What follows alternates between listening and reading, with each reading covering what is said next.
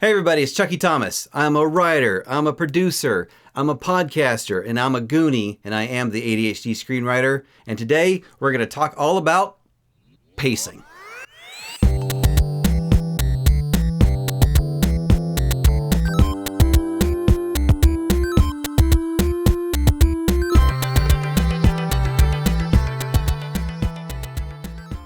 Welcome back to the channel. I am Chucky Thomas, the ADHD screenwriter. Before we get started, please like and subscribe, all that kind of good stuff, and comment below. I want to hear from you, all your screenwriting issues you've got going on right now. Today we're going to talk about pacing. So living with ADHD means sometimes you're a little long-winded, and working with constraints with something like a script or even a novel can be tough. Well, I've learned a lot over the years. My first script consumed, kind of a mess. Everybody said it read like a book. Well, I've learned a lot, and I'm going to teach you all about it. 5 tips. Let's go. So there's 2 pretty big rules about pacing, and the first one is come in later. Now, what I mean by this is you want your characters actively engaged in the scene when the audience catches up with them. We don't need to see the before stuff. So here's an example. Let's say your character is like one of those cops, like off the rails cops, like Lethal Weapon or something, and they're going in to talk to their boss, the chief of police or something. So in your scene, as you have it now, you have your character walking up to the building, you have your character walking through, I don't know, the lobby, you have your character going to the elevator, you have them pushing the button, they go up to the floor, they go through the next lobby, they go to the chief's office, they open the door, and then they finally go, "How dare you take me off the beat," or whatever, chief of police. "I can't believe you've done this to me." Now, you probably felt as I was saying all that, why didn't you just start with the character breaking into the office and yelling at the chief of police? Yeah, that's what I mean by come in later. Get to the good stuff. Don't wait around. Don't have them walking through all this stuff unless there's a reason. Maybe the character walks through the lobby and sees their old girlfriend and there's this flame thing going on. You go, oh, that's going to come up later. Otherwise, who cares how they got through the lobby and through the elevator and all that other garbage? Get to the point of your character yelling at the chief of police. Inspector T, how you doing? Where the f*** you been, Foley? Get to the action, get to the meat. The later you come in, the more exciting it is, and the audience can feel it almost immediately. Of course, the second big rule is, you guessed it, leave early. Let's go back to our example. You've got the chief of police and your main character, the cop guy, yelling at each other. And you can feel the tension, and the chief of police is saying, you're off the beat, you're off the case, whatever the scenario is. And your main character says, no way, you can't have my badge. And the chief of police says, yeah, we can. He takes it. And the cop says, I'm going to go solve this case by myself. And then they turn to leave, and the chief of police says, hey, but that's illegal. And then the cop says, so I don't care. I'm going to do it anyway. And the chief of police crosses his arms and says, but you can't do that because that's not fair. And the cop says, well, you just watch, buddy. And then they just kind of stand there for a minute, and then the cop finally, you get it. It's taken forever. The scene ended when the cop said, I'm out of here. I'm going to do it myself. And they're going to leave. There's no reason to have any of the other stuff. And I've seen so many scripts, reading the scripts over the years that just keep going with scenes like this. It's just like, what are you doing? Just stop. The only reason to have the scene keep going is if there's more information coming, right? So maybe the chief of police is like, well, we already arrested a suspect, so there's no reason to try and solve the case. And the cop's like, what? What do you mean? So it's like new information so the scene can keep going.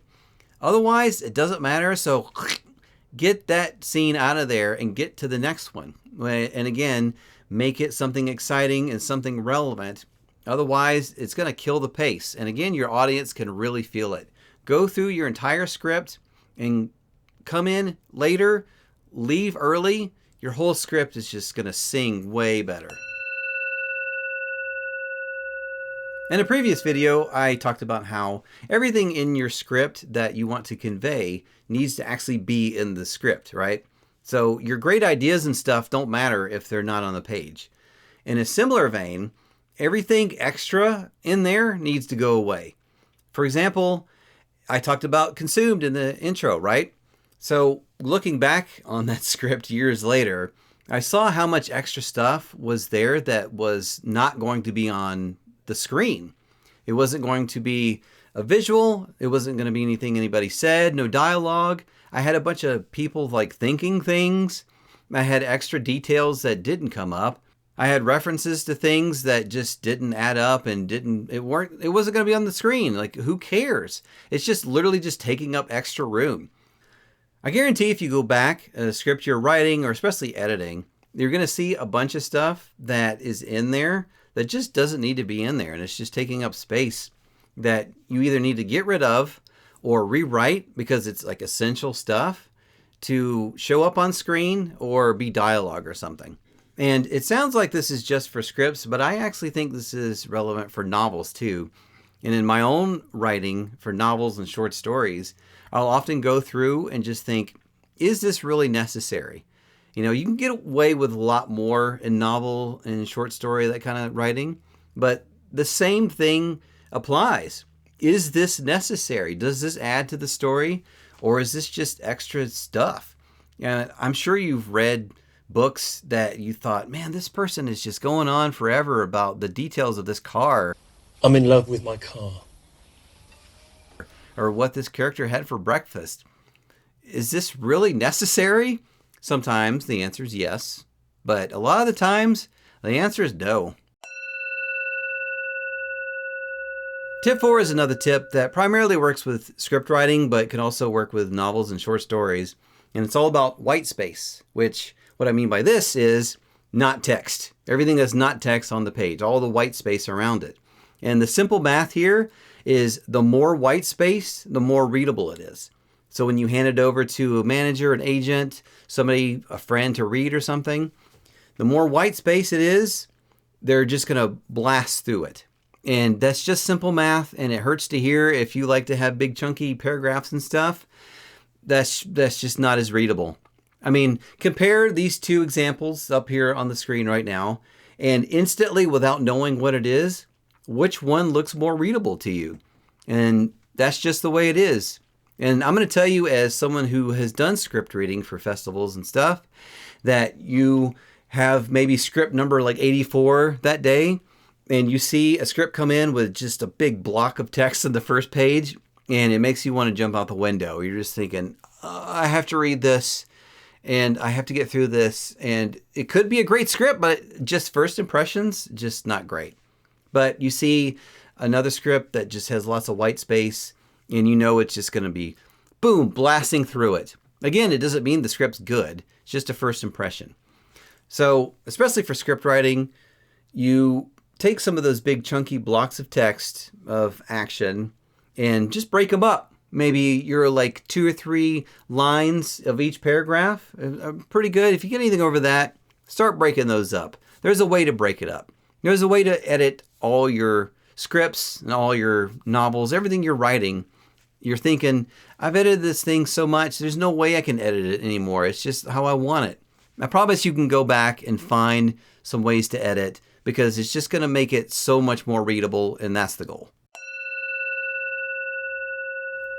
Tip 5, you know what's coming if you've watched this channel for any amount of time. That's right, hold a table read. Table reads are the way to go. Can't recommend them enough, especially when it comes to things like pacing, which honestly to me is almost like a physical thing. If you've got ADHD, then you're going to feel it in your bones when that scene starts to drag. If it's someone else's script, it's especially true. But if it's your own, then when other people are reading it out loud for the first time, you're going to go, oh no, these paragraphs are too long. That dialogue is just killing me. So my advice here really is to specifically write down the stuff that you feel is taking too long, because you know you are. Write it down, and at the end of the notes, say, okay, be honest with me. Was the scene between the two characters at the deathbed, was that just way too long?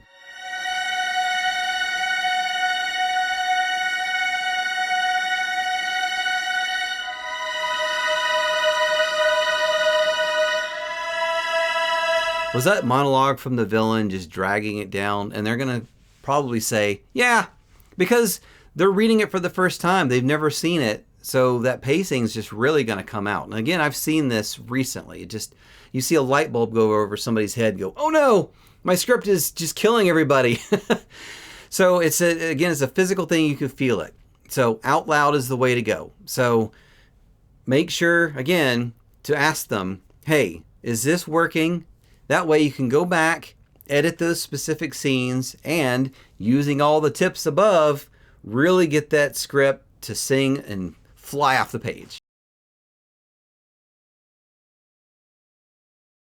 So there you go. Those are 5 tips all about pacing. Did those help? Please comment below and tell us if they did, or if you have your own tips for pacing. We want to hear about it. Or your own issues. Maybe we can just commiserate together. Please like and subscribe.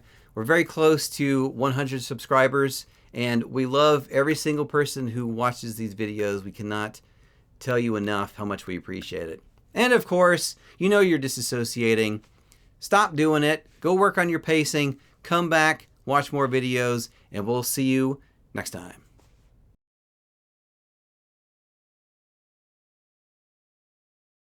Hey everybody, I'm Chucky Thomas, the ADHD screenwriter. I'm a writer, I'm a producer, I'm a... What did I say? Oh, podcaster, that's right.